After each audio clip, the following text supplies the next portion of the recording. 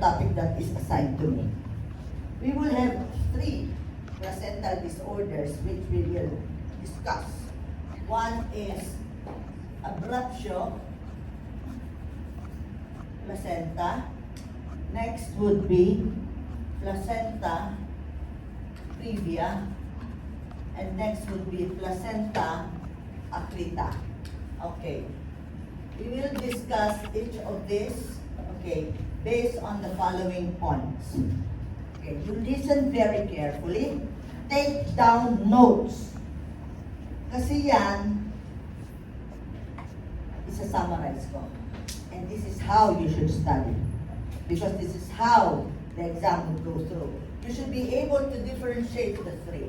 Let's first go with definition. What is abruptio placenta? When we say abruptio placenta, abrupt separation of a placenta. So definition of abruptio placenta is the early separation of the placenta that is normally in place. Okay. There are 2 premises in the definition. Early separation. What do you mean by early? How soon would, when in the stage of labor, does your placenta separate? When? What stage of labor does the placenta separate? 3rd, correct. The placenta separates after the baby has been delivered, correct? Okay. But here in placenta abruptio, the placenta separates even before the baby is delivered. Ibig sabihin, nandyan pa ang baby sa loob. 34 weeks, 35 weeks. No? Nag-separate na yung placenta. That is the definition of placenta abruptio. Second premise in the definition, the placenta is normally located. Where is the normal location of the placenta? Where is the normal location of the placenta? Saan? Sa mata? Hindi. O, saan? Sa uterus. I'm very sure, uterus. Look at me. Talaga, akala ba di kita tawagin? Uterus. So what part of the uterus is it there?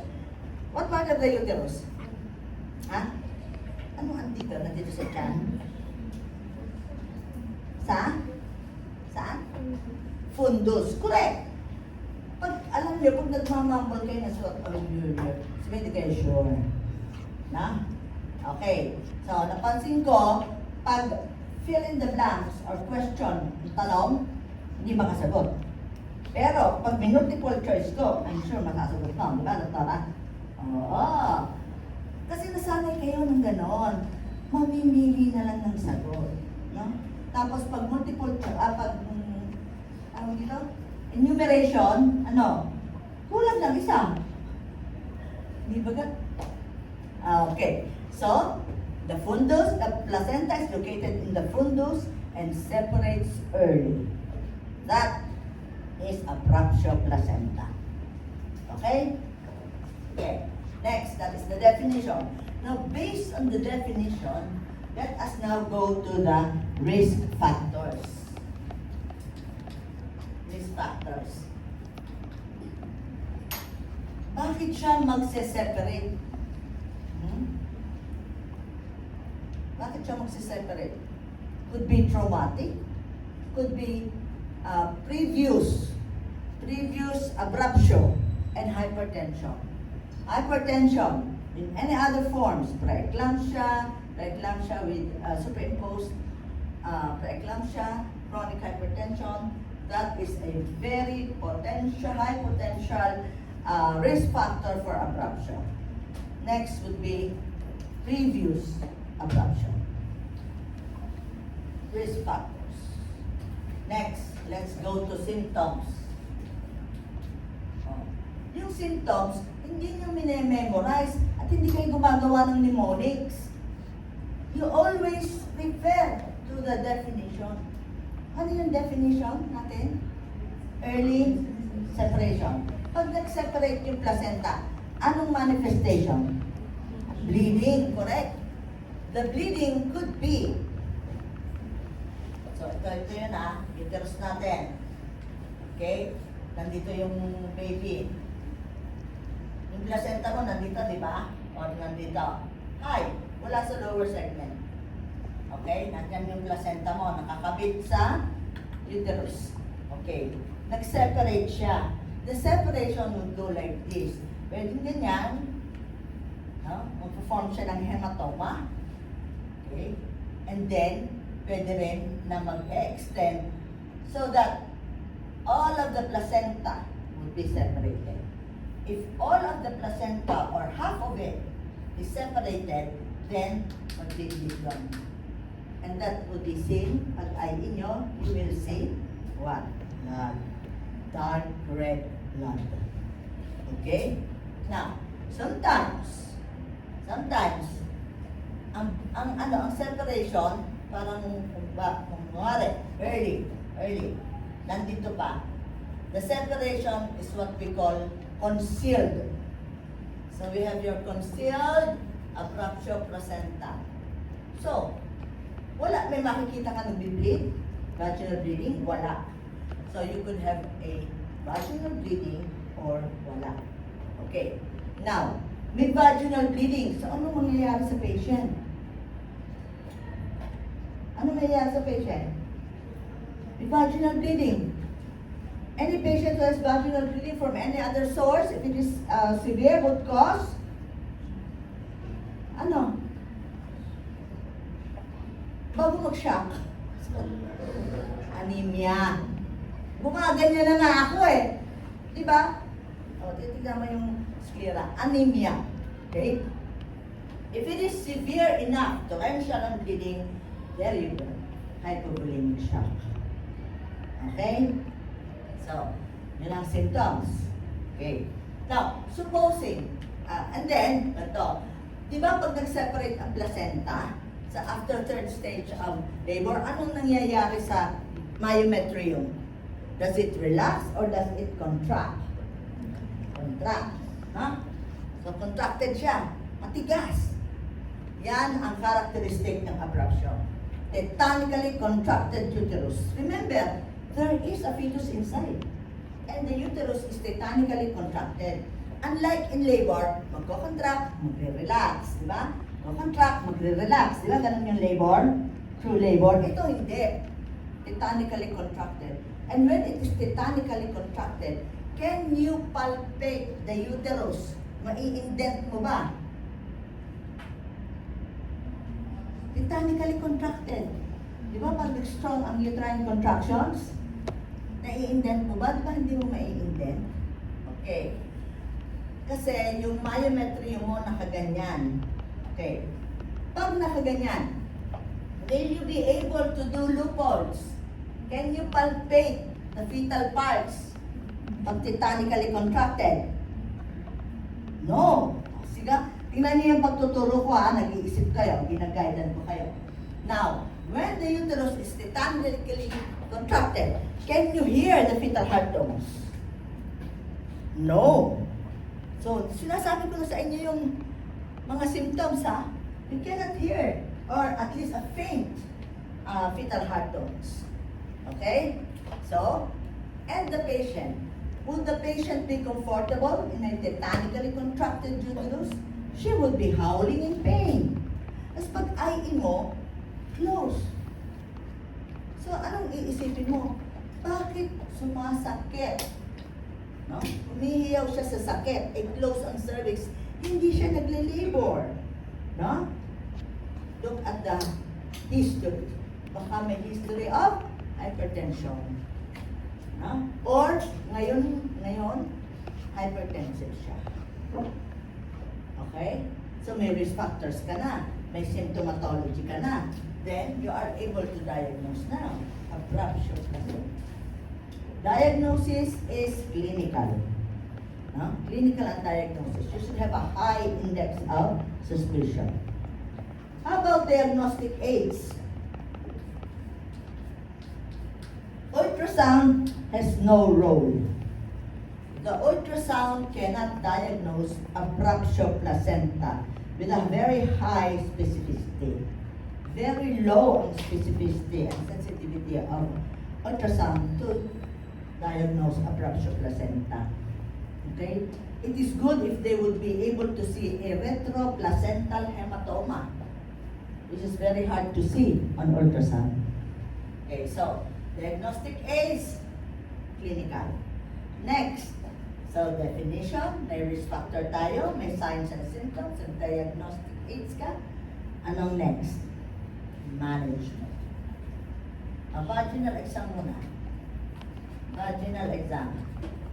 Can you do vaginal exam in abruptio placenta? Answer is yes. No, yes. Okay. Anong makikita mo? You could have bleeding. No? Next, management. So now, you have a clinical diagnosis of abruptio placenta. Nandiyan yung baby. Ngayon, siguro yung ultrasound is just to know, or Doppler, para malaman mo kung buhay ang baby. The management would depend on 3 points. 1, AOG, return or term. 2, what call this? Age, maternal status, stable or unstable. Okay, pag sinabi ng ating unstable, on the verge of shock. Okay? And then 3 is the fetus, sinabi ko na yung term kanina, is the fetus alive or not? Okay? So how you go with your treatment? Okay. So C, if term on fetus, what will you do? C, more than 34 weeks, deliver na yan. Kaya na niyang mabuhay. Because you are placed in a quandary. Kung 34 weeks or 33 weeks, removed from term, kung patagalin ko siya inside, with my purpose of improving the chances of survival in the NICU, I would risk IFD. Pwede siyang mamatay sa loob. Kung i-deliver ko naman ngayon, preterm, baka hindi siya mag-survive sa NICU. So, patay din. So, as an obstetrician, your goal is to have a healthy baby from a healthy mother. Parehong buhay. Okay? So, generally, sabi ko generally because the management would really depend on a lot of things. Pag term, more than 34 weeks, deliver. Okay? Pag deliver, ibig sabihin yan, pwedeng vaginal, pwedeng CS. If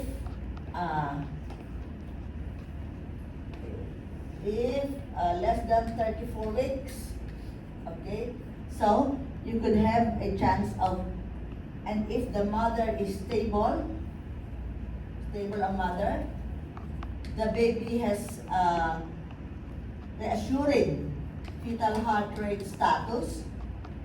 So, ibig sabihin, ang BPS niya normal. Ang heart rates niya normal. Yun ang assessment mo. Stable ang mother, stable ang fetus. You can maybe prolong the pregnancy, extend the pregnancy, and possibly, kung ganito, pwede kang mag-vaginal. Or pag imminent na, imminent delivery, nandiyan na, do vaginal. Okay. Now, if, so ganyan so all of these things, stable mother, stable fetus, stable ang imminent delivery, okay, more than 34 weeks, pwede ka mag-CS. You have to expedite. Next, preterm. Preterm. Tingnan mo kung alive or dead. Kung patay yan, IUFD, intrauterine fetal death, you do vaginal delivery. If alive, preterm, and then ganito, kunwari, unstable ang nanay, the baby is also unstable or imminent on delivery, then or not imminent.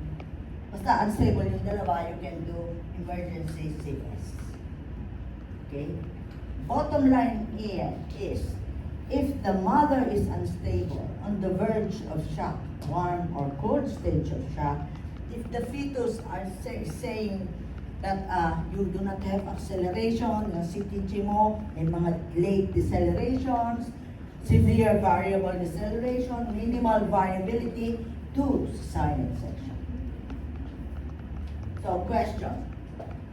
Yung vaginal delivery ba may role sa abruption? Yes or no?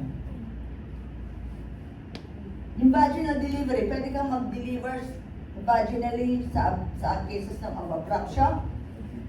Ha? Uy, section A. Yes or no? Yes! Kasasabi ko lang, pag IUFD vaginal, why will you do cesarean section kung dead ang fetus? That's adding insult to injury. Okay? Wala kang sinisave dito. Okay? Pag imminent ang delivery, abruption, vaginal delivery. Okay? The vaginal delivery has a role in abruption placenta. I hope you are taking down notes because later in your SGDs, there will be application. Next, let us go to placenta previa. Alam mo, mahirap sa inyo. Hindi na kayo marunong mag-Latin kasi. Asa na lang kayo sa ay nahihirapan kayo. Pag mga ganyan, di mo alam, hanapin ninyo, what does previa means? That means coming before. So when you do your internal examination, what is expected? What presenting part is expected normally?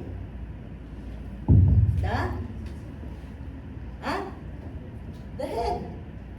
Di ba? Pag nag-IE ka, cephalic presentation. Pero pag sinabing previa, there is something, coming before the head. And that is the placenta. Okay? So when you do IE, you will not feel the head. You will feel the placenta. That understood? So where is the placenta located?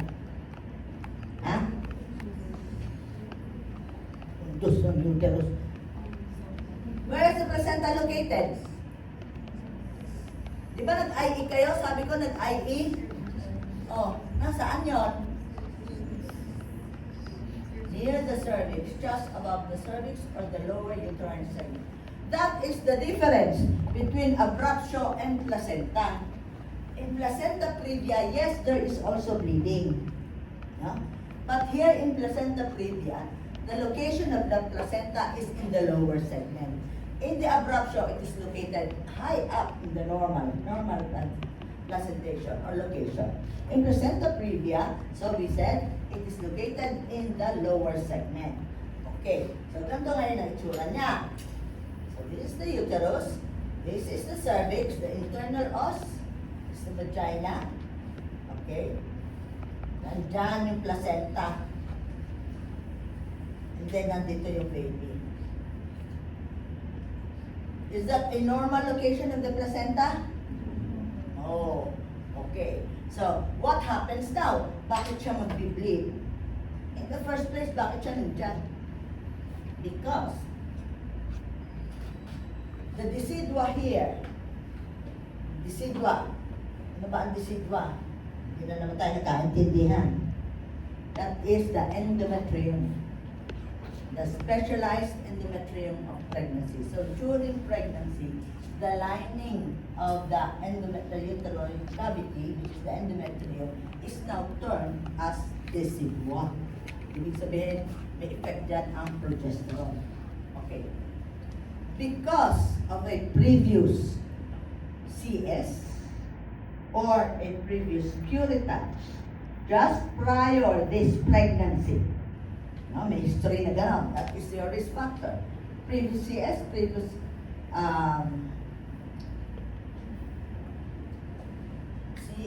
or ENC. So, yung area na ito, defective. So, the placenta, when it develops, instead of here, dito siya na-ingrain implant. Okay, in the lower segment. Okay? Now, bakit siya nag-bleed? Sometimes, when there is inflammation, okay, or cervical dilatation, the lower part of that membrane of the placenta detaches. And hence, that would be seen as bleeding. Okay? So that is the pathology and that is the pathogenesis why there is bleeding in placenta previa. Do you understand at this point? Okay. Where is the placenta located again? Lower segment. The lower segment, merong muscles dyan compared to your upper segment. Alimutan na naman. Di ba? Mas maraming kita nyo sa picture, mas maraming muscles dito. Such that ang contractions mas malakas dito, di ba? Very strong. Tapos the gradient of contractions is lesser here in the lower segment. Kasi wala yung muscles. Okay. Magko-contract ang uterus? No, walang muscle eh. So, anong nangyari doon sa bleeding mo? Is it painful or painless? Ha? Pain lang ang naririnig ko. Painless. Okay, this would be a painless vaginal bleeding. Ha? How about yung abruptio? Painful. Siyempre, magaling kayo dyan, ba? Magaling kayo dyan sa sa multiple choice. Okay? Bakit siya painful? Ha? Yes, I know, may separation, pero nasa ng separation? Nasa fundus, madaming muscles to. So you should be able to synthesize. Hindi yung staccato. May fat, may fat, may fat. I know you people, kaya ninyo mag-open ng maraming tabs sa computer. Assimilate all the information per tab. Alam mo po lang